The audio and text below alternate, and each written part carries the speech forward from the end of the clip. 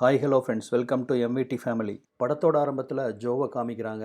ஒரு கார் திருட்டுக்காக ஜெயிலுக்கு போயிட்டு நேராக அவங்க அப்பா வீட்டுக்கு தான் வரான். இவனுக்கு அம்மா இல்லை, அதனால அப்பா இன்னொரு கல்யாணம் பண்ணிட்டாரு. பொழுதனிக்கு அவன் வீட்லேயே இருக்கிறதால இவனுக்கும் இவனோட ஸ்டெப் மதரான லிசாக்கும் கள்ள தொடர்பு ஏற்படுது. அதுவும் லிசா அவங்க அப்பா கிட்ட இருந்து அவள் எதிர்பார்க்குற செக்ஸ் கிடைக்காததால ரொம்ப ஏமாந்து போயிருக்கா. இதையெல்லாம் ஜோ கிட்ட சொல்லி அழுகவும் அவங்க ரெண்டு பேர்த்துக்கு நடுவில் ஏற்பட்ட அந்த கள்ள தொடர்பு அவங்க எதிர்பார்க்காத டைரக்ஷனுக்கு அவங்க வாழ்க்கையை மாற்றுது. இன்னைக்கு நீங்கள் பார்க்குற இந்த படத்தோட பேர் நார்மல். 2007 வெளியான இங்கிலீஷ் படம். சரி வாங்க இந்த படத்தை இப்போ பார்த்துடலாம். படத்தோட ஆரம்பத்தில் நடுத்தர வயசில் இருக்கிற கேத்தியை காமிக்கிறாங்க. சில வருஷங்களுக்கு முன்னாடி அவங்களோட மூத்த பையனை ஒரு கார் ஆக்சிடென்ட்ல பறி கொடுத்துருப்பாங்க. அன்னையிலிருந்து நடைப்பணமாக வாழ்ந்துட்டு இருக்காங்க. இவங்களுக்கு இன்னொரு பையனும் இருக்கான். அவன் பேர் பிராடி. சதாசர்வ காலமும் இறந்து போன மகனை பற்றியே இவங்க நினச்சி கவலைப்பட்டு இருக்கிறதால அந்த ரெண்டாவது பையனை கேர் எடுக்க தவறிடுறாங்க. அம்மாவோட கேரிங் தனக்கு கிடைக்கல அப்படிங்கிறதால அவன் ரொம்ப டிப்ரெஸ்டாக இருக்கான். அடுத்த சீனில் ஸ்கூல் டீச்சர் வால்ட்டை காமிக்கிறாங்க. கிளாஸ் ரொம்ப பிஸியாக நடந்துட்டு இருக்கும்போது எனக்கு சில டவுட் இருக்குது அப்படின்னு ஒரு பொண்ணு அவர்கிட்ட டவுட் கேட்க வரா. அந்த பொண்ணு பேர் ஷெரி. இந்த ஷெரிக்கு வால்ட் மேலே ஒரு கண்ணு. வால்ட்டுக்கும் இந்த பொண்ணை ரொம்ப பிடிக்கும். இந்த பொண்ணு படிச்சுட்டே பார்ட் டைமாக அங்கே இருக்கிற ஒரு லோக்கல் ஸ்டேஷனில் வெதர் ரிப்போர்ட்டராக வேலை செஞ்சுட்டு இருக்கா. இப்போ அடுத்த சீனில் ஜோவை காமிக்கிறாங்க. ஒரு கார் திருட்டுக்காக அவனை பிடிச்சி ஜெயிலில் போட்டிருக்காங்க. ஜெயிலில் இருக்கிற இந்த 15 நாளும் யாரு கூடவும் பேசவே மாட்டான். இதனாலேயே மற்ற கைதிகள்லாம் இவனை டார்கெட் பண்ணி டெய்லியும் தாக்க ஆரம்பிக்கிறாங்க. இந்த ஜோ பார்த்தீங்கன்னா சரியான முரட்டு பீஸு. அவங்க அம்மா இல்லாததால அப்பாவால் வளர்க்கப்பட்டவன். ஸ்பாயில்டு சைல்டு அப்படின்னு சொல்லுவாங்க இல்லையா, அந்த மாதிரி ஒரு குட்டிச்சவரு. இன்னைக்கு அவனுக்கு ஜெயில் தண்டனை முடிஞ்சு வெளியே வரான். இவனை வீட்டுக்கு கூட்டிகிட்டு போகிறக்கு அவங்க அப்பா தான் வந்திருக்காரு. ஆனால் அவங்க அப்பாவை பார்த்தோன்னே அவன் கடுப்படிக்கிறான். அப்பனுக்கும் மகனுக்கும் 7ஆம் பொருத்தம். என்னைக்கும் அவங்களுக்குள்ள செட் ஆகவே ஆகாது. அவர் மேக்க போகணும்னா இவன் கிழக்க போகணும்பா. மறுநாள் காலையில் ஜோர்டி சாப்பிட வந்து உட்கார்றான். உனக்கு வேலை தேடுறதுக்கு 1 வாரம் டைம் கொடுக்குறேன். அப்படி 1 வீக்ல நீ வேலை தேடிக்கலைன்னா இந்த வீட்டை விட்டு போயிடணும் அப்படின்னு அப்பா ரொம்ப கடுமையாக சொல்கிறாரு. நல்லபடியாக படித்து மெரிட்டோட வெளிவரவங்களுக்கே வேலை கிடைக்கிறது இல்லை. இந்த தருதலை திருட்டு கிருட்டுன்னு ஜெயிலுக்கெல்லாம் போயிட்டு வந்திருக்கிறான். இவனுக்கு யார் வேலை கொடுப்பா? ஆனால் ஒவ்வொரு தடவையும் அப்பா ஜோவை திட்டும்போது அவனோட ஸ்டெப் மதரான லிசா தான் அவங்க சண்டையில குறுக்கிட்டு 2 பேத்துக்கும் சமாதானம் பண்ணுவாங்க. ஆனால் ஜோ பார்த்தீங்கன்னா லிசாவை ரொம்ப கேவலமாக ட்ரீட் பண்ணுவான். அவங்கள ப்ராஸ்டிடியூட்னு தான் கூப்பிடுவான். உன் உடம்ப காமிச்சு தானே எங்கள் அப்பாவை கவுத்த, இதெல்லாம் ஒரு பொழப்பா அப்படின்னு எப்பவுமே லிசாவை கேவலப்படுத்திட்டே தான் இருப்பான். இங்கே வால்ட்டை காமிக்கிறாங்க. ஒரு நியூஸ் பேப்பர் கட்டிங்கை எடுத்து வெறிச்சு பார்த்துட்டு இருக்காரு. கேத்தியோட மகன் ஒரு ஆக்சிடென்ட்ல இறந்துருப்பான் இல்லையா, அதை பற்றின நியூஸ் தான் அது. அந்த பேப்பரை மடித்து பேக்கெட்டுக்குள்ளே வச்சுக்கிறாரு. வால்ட்டு கூட அவரோட தம்பியும் தங்கியிருக்கான். அவன் பேர் டென்னிஸு. அவன் நடந்துக்கிற விதத்திலேயே அவன் கொஞ்சம் மென்டலாக அன்ஸ்டேபிள் பர்சன் அப்படிங்கிறது தெரியுது. அவன் இந்த ரூமை விட்டு வெளியே வந்து 2 வருஷம் ஆகுது. 2 வருஷமாக இந்த ரூமுக்குள்ளேயே அடப்பட்டு கிடக்கிறான். மிக மோசமான டிப்ரெஷன்ல இருக்கான். இந்த சீன்ல வால்ட்டு ஜோவோட அப்பாவான கால் கிட்ட பேசிட்டு இருக்காரு. ஜோவோட அப்பா ஒரு ஃபேமஸான சைக்கியாட்ரிஸ்ட். சில வருஷங்களுக்கு முன்னாடி ஒரு விபத்து ஏற்பட்டதாகவும் அந்த விபத்து ஏற்பட்ட காட்சி அடிக்கடி இவர் நினைவுக்கு வந்து போகுது. அதனால தூக்கம் இல்லாம தவிக்கிறாரு. அது விஷயமா தான் இப்போ இவர் இந்த டாக்டரை பார்க்க வந்திருக்காரு. என்ன மாதிரியான கனவு உங்களுக்கு டிஸ்டர்ப் பண்ணுது அப்படின்னு கால் கேட்குறாரு. அப்போதான் அந்த நடந்த விஷயத்த வால்ட்டு சொல்ல ஆரம்பிக்கிறாரு. சில வருஷங்களுக்கு முன்னாடி வால்ட்டும் அவரோட தம்பியான டென்னிஸும் ஒரு பாருக்கு குடிக்க போறாங்க. 2 பேரும் எக்கச்சக்கமாக குடிச்சிருக்காங்க. அதுவும் வால்ட்டுக்கு தான் கார் ஓட்ட தெரியும். நிதானமே இல்லாம அவர் கார் ஓட்டிட்டு வந்த சமயத்துல இன்னொரு கார்ல போய் மோதிடுறாரு. அந்த கார்ல 2 பேர் இருந்ததாகவும் ஒருத்தன் ப்ளூ கலர் டிஷர்ட் போட்டுட்டு பேசஞ்சர் சைடில் உட்காந்துருக்கான். அந்த பையன் பேரு நிக்கி. அந்த ஆக்சிடென்ட்ல அந்த பையன் ஸ்பாட் அவுட் ஆயிட்டான். இந்த நிக்கி வேற யாரும் இல்லை, ஆரம்ப சீனில் பார்த்த கேத்தியோட பையன். அந்த கார் ஓட்டிட்டு வந்த பையன் ஒரு பேஸ்கெட் பால் ஜெர்சி ட்ரெஸ் போட்டிருப்பான். எனக்கு அடிக்கடி அவனோட முகமே தான் வந்து போகுது அப்படின்னு சொல்லவும் இதை கேட்ட கால் அதிர்ச்சி அடைகிறாரு. ஏன்னா அந்த காரை ஓட்டிட்டு வந்தது இவரோட பையனான ஜோ தான். அன்னைக்கு என்ன நடந்திருக்குன்னு பார்த்தீங்கன்னா, ஜோ காசுக்காக சின்ன சின்ன திருட்டெல்லாம் பண்ணிட்டு இருந்திருப்பான். அன்னைக்கு ஒரு காரை திருடி விற்கலாம் அப்படின்னு சொல்லிட்டு அவனும் அவன் ஃப்ரெண்டான நிக்கியும் ஒரு காரை திருடிட்டு போயிட்டு இருக்கும்போது தான் இந்த விபத்து நடந்திருக்கும். இதை உணர்ந்த கால் வால்ட்டுக்கிட்ட இதை பற்றி டிஸ்கஸ் பண்ணால் தம் பையனோட பேர் வெளியே வந்துடும் அப்படிங்கிறதுக்காக என்னால் இப்படிப்பட்ட கேஸெல்லாம் டீல் பண்ண முடியாது, நீங்கள் வேற ஒரு டாக்டரை பார்த்துக்குங்க அப்படின்னு வால்ட்டை பேசி அங்கேருந்து அனுப்பிச்சி வைக்கிறாரு. இந்த சீனில் கேத்தியை காமிக்கிறாங்க. தினம் காலையில் பூ பறிச்சுட்டு வந்து மகனோட கல்லறைக்கு பூ வச்சுட்டு தான் மற்ற வேலையவே பார்ப்பாங்க. வீட்டில் யாரும் இல்லாத சமயத்தில் மகனை நினச்சி அவங்க அழுகாத நாட்களே இல்லை.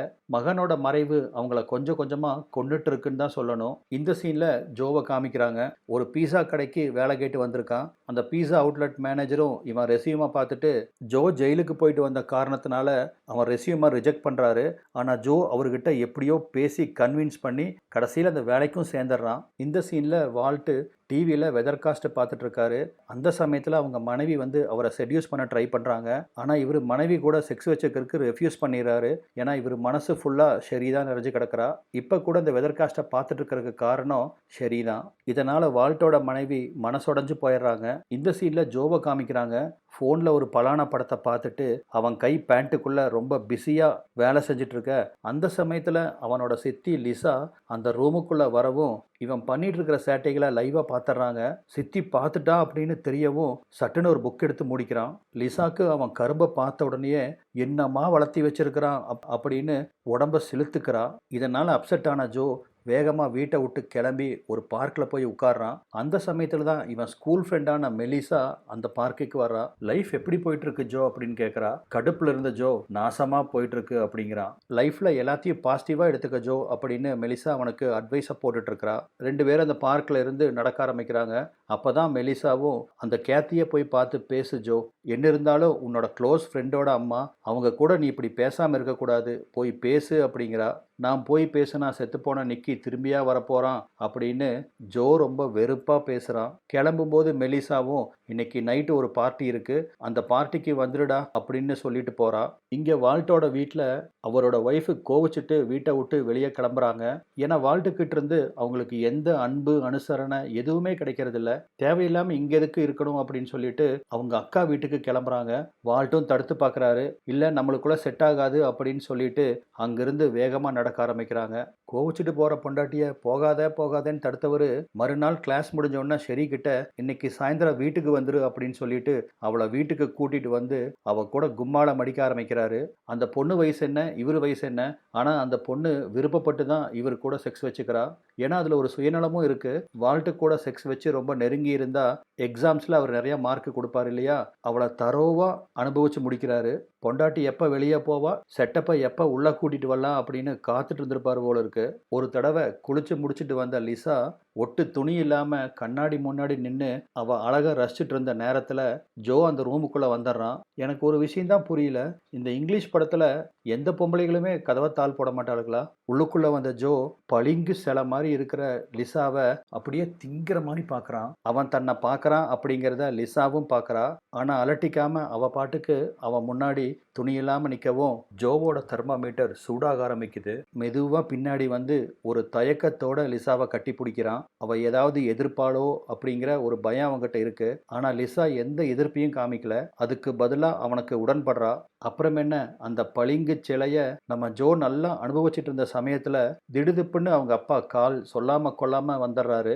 பெட்டில் துணி இல்லாமல் படுத்துட்டு இருந்த ஜோ அடிச்சு பிடிச்சி பாத்ரூம்குள்ளே போய் ஒளிஞ்சுக்கிறான். லிசாவும் உடனே பெட்ஷீட்டை எடுத்து போத்திக்கிறா. வீட்டுக்குள்ளே வந்தோடனே கால் முதல் வேலையாக பாத்ரூம்குள்ளே தான் போக ட்ரை பண்ணுறாரு. அவர் மட்டும் பாத்ரூமுக்கு போயிருந்தாரு, இவங்க ரெண்டு பேரும் நாறியிருப்பாங்க.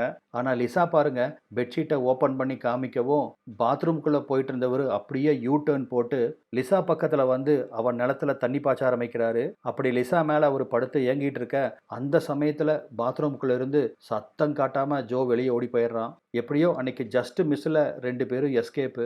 ஒரு தடவை போட்டுட்டாங்கல்ல, அப்புறம் சும்மாவா இருப்பாங்க?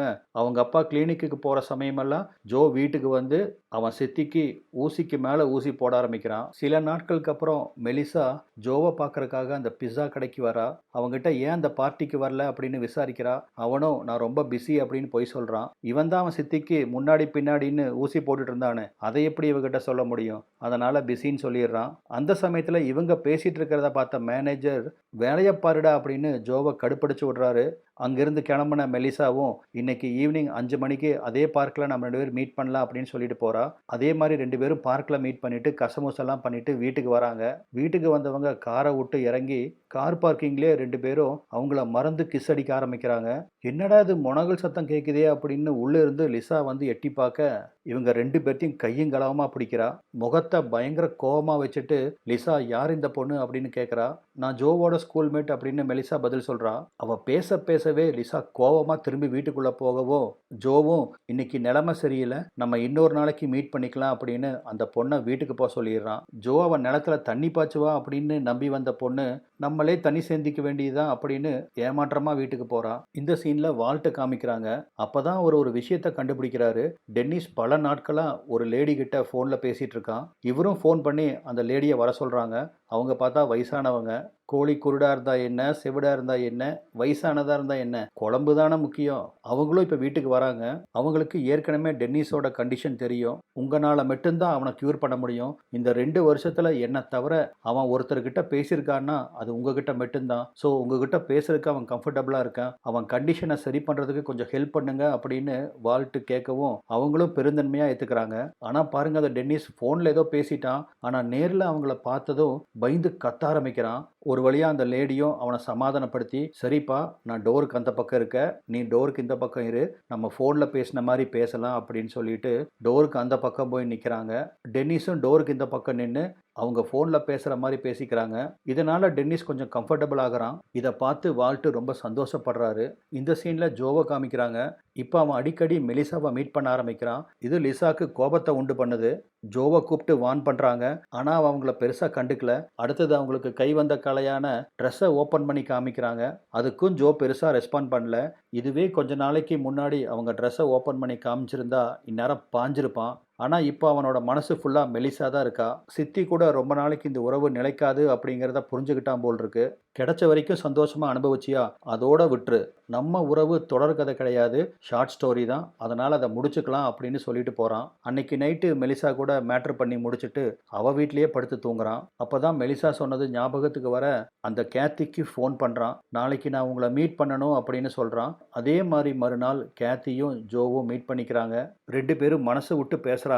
அப்போதான் ஜோ ஒரு விஷயத்த சொல்கிறான். அன்னைக்கு அந்த காரை திருடுறது என்னோட ஐடியா. நிக்கி என்னவோ வேண்டான்னு தான் சொன்னான். ஆனால் அவன் பேச்சை நான் கேட்கல. நான் தான் காரை ஓட்டிட்டு வந்தேன். எதிர்பாராத விதமாக இன்னொரு காரில் போய் மோதிட்டோம் அப்படின்னு அன்னைக்கு நடந்தது எல்லாத்தையுமே கேத்தி கிட்ட சொல்கிறான். உங்களுக்கு நிக்கி மட்டும் மகன் இல்லை, இன்னொருத்தனும் இருக்கான், அவனையும் நீங்கள் கொஞ்சம் கவனிங்க அப்படின்னு ஜோ கேத்தி கிட்ட ஆறுதலாக பேசுகிறான். ஜோ கிட்ட பேசினதுக்கு அப்புறமா கேத்திக்கு மனசில் இருக்கிற பாரமெல்லாம் இறங்குது. வீட்டுக்கு வந்தவங்க நிக்கியோட திங்ஸ் எல்லாம் தூக்கி போட்டு தீ வச்சு கொளுத்துறாங்க. இறந்து போனவனை நினச்சி எத்தனை அழுதாலும் அவன் திரும்பி வர போகிறதில்ல. அவன் நினப்பிலேயே எனக்கு இன்னொரு மகன் இருக்கிறான் அப்படிங்கிறத மறந்துட்டேன். இனி அவனை நல்லா பார்த்துக்கிறது தான் என்னோட கடமை அப்படின்னு முடிவு பண்ணி அவன் 2வது பையன்கிட்ட கூப்பிட்டு மனசு விட்டு பேச ஆரம்பிக்கிறாங்க.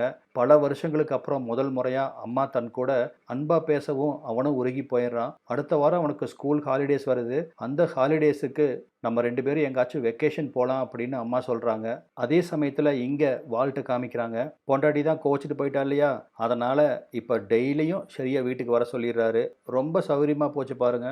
இவங்க 2 பேரும் டிஸ்கஸ் பண்ணிட்டு இருக்கிற சமயத்தில் தான் ஷெரி ஒரு விஷயத்த சொல்கிறா. அதாவது சில ஆண்டுகளுக்கு முன்னாடி ஷெரி வால்ட்டை ஒரு இன்டர்வியூ எடுத்திருப்பா அந்த கார் ஆக்சிடெண்ட்டை பற்றி. அந்த டாப்பிக்கை பற்றி இப்போ அவள் பேசவும் ஏற்கனவே அதை மறக்கிறதுக்கு இவர் போராடிட்டு இருக்காரு. டாக்டராக அலைஞ்சிட்டு இருக்கிறாரு. அந்த விஷயத்தை அவள் பேசவும் அவருக்கு பயங்கர கடுப்பாயிருது. கோபத்தில் எந்திரிச்சு போயிடுறாரு. அதே சமயத்தில் அந்த பிஸ்ஸா கடையை காமிக்கிறாங்க. ரொம்ப நாளாகவே அந்த மேனேஜர் ஜோவுக்கு பயங்கர குடைச்சல் கொடுத்துட்டு இருக்கிறாரு.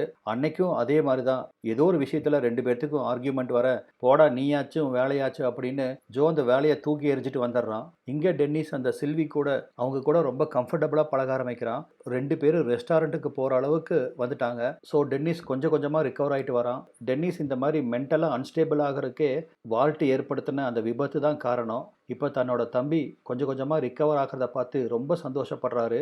இதுக்கு மேலே வெயிட் பண்ணக்கூடாது, தன் மனசில் இருக்கிற பாரத்தையெல்லாம் இறக்கி வைக்கணும் அப்படின்னு முடிவு பண்ண வால்ட்டு நேராக கேத்தியை வந்து பார்க்குறாரு. அந்த விபத்தை பற்றி பேசவும் இவன் தான் தன்னோட மகன் சாவுக்கு காரணம் அப்படின்னு புரிஞ்சுக்கிட்ட கேத்தி வால்ட்டை போட்டு சாத்துன்னு சாத்துறாங்க.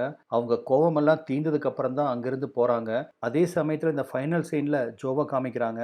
வீட்டுக்கு வர்றான். அவனை பார்த்ததும் அவன் சித்தி லிசாக்கு பயங்கர கோபம் வருது. 2 பேரும் ஒருத்தரை மாற்றி ஒருத்தர் குற்றம் சொல்லிக்க, சரியா அந்த சமயத்தில் உள்ள வந்த கால்க்கு இவங்களோட கள்ள தொடர்பு தெரிஞ்சு போக மகனை கண்ணு மண்ணு தெரியாமல் அடிக்க ஆரம்பிக்கிறாரு. ஒரு கட்டத்தில் அடி தாங்க முடியாத ஜோ அவங்க அப்பாவை பிடிச்சி தள்ளி விடுறான். அவன் தள்ளுன வேகத்துல கீழே போய் விழுந்த அப்பாவுக்கு தலையில பயங்கரமா அடிபட்டு ரத்தம் கொட்டுது. பதறி போன லிசா உடனடியா அவரை டாக்டர் கிட்ட கூட்டிட்டு போறா. அதே சமயத்துல இங்க டென்னிஸும் சில்வியும் சந்தோஷமா இருக்கிறத பார்த்து வால்ட் சந்தோஷப்படுறாரு. ஜோவும் மெலிசாவும் மனசு விட்டு பேசி அவங்க 2 பேரும் லவ் பண்ண ஆரம்பிக்கிறாங்க. கேத்தி சொன்ன மாதிரியே ஸ்கூல் ஹாலிடேல 2வது பையனான பிராடியை கூப்பிட்டுட்டு வேற ஒரு நாட்டுக்கு அவங்க ஹாலிடேயை ஸ்பெண்ட் பண்றதுக்கு போறாங்க. இனி கேத்தியோட உலகம் இந்த பிராடி தான். இந்த ஹாப்பி எண்டிங்கோட இந்த படமும் முடியுது. என்னங்க, இந்த படம் டிஃப்ரெண்டா இருந்துச்சா, உங்களுக்கு பிடிச்சதா அப்படிங்கிறத சொல்லுங்க. நம்ம மீண்டும் வேற ஒரு பதிவில் சந்திக்கலாம். நன்றி.